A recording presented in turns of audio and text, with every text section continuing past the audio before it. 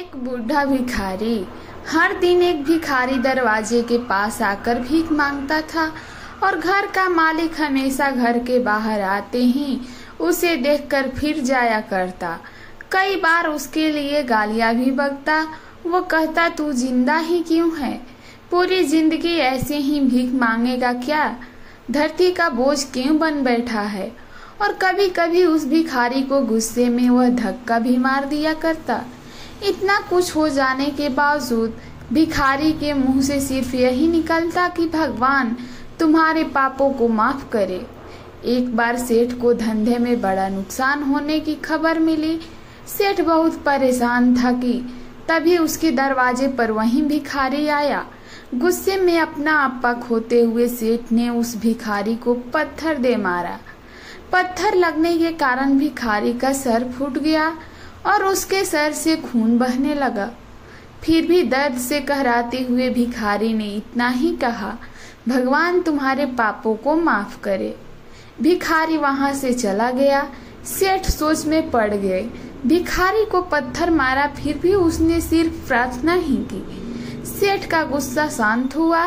सेठ का मन शांत हुआ। भिखारी का रहस्य जानने के लिए सेठ ने भिखारी का पीछा करना शुरू कर दिया। भिखारी जहाँ जहाँ जाता सेठ उसके पीछे जाता।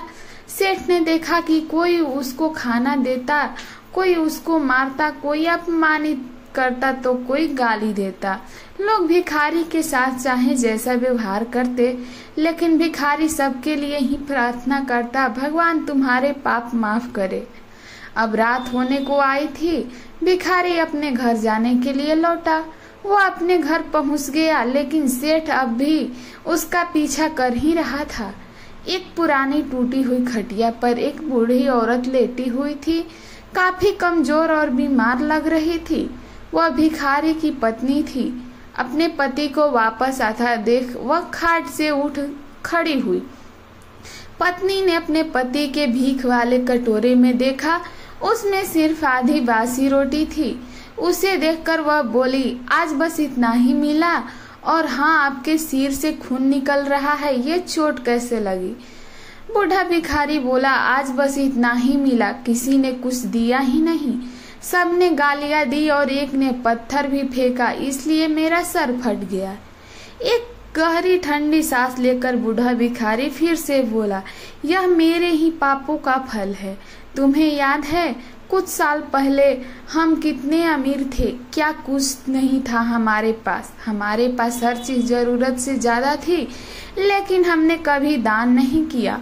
और उससे भी बुरा हमने उस अंधे भिखारी के साथ किया जो हमारे द्वार पर भीख मांगने आया करता था। बूढ़ी पत्नी की आंखों में आंसू आ गए। वह बोली, हाँ, हम उस बेचारे अंधे के साथ बहुत बुरा करते थे। उसका अपमान करते थे, उसके खाने के लिए रोटी की जगह कागज दिया करते, उसका मजाक उड़ाया करते और कभी कभी मारा भी करते। मैंने कभी उसको रास्ता नहीं दिखाया। एक बार मैंने उसके मुंह पर मिट्टी भी फेंक दी थी और वह हमेशा दुखी होकर यही कहता कि भगवान तुम्हें तुम्हारे किए की सजा देगा, भगवान तुम्हारे पापों की सजा जरूर देगा। उसका श्राप सच हुआ और इस हम दुखी भरी जिंदगी में आ गए। भिखारी बोला, हाँ, उसका श्राप सच हुआ, इसलिए मैं किसी को बद्दुआ नहीं देता। चाहे कोई मेरे साथ कैसा भी बर्ताव करे, मैं हमेशा उसके लिए प्रार्थना करता हूँ। मैं नहीं चाहता कि कोई भी हमारे जैसे जिंदगी का अनुभव करे, किसी को भी हमारे जैसे दुखों का सामना करना पड़े। वो नहीं जानते कि वह कितना बड़ा पाप कर रहे हैं, इसलिए अनजाने में हुए पाप की ऐसी सजा किसी को भी मिले मैं नहीं चाहता।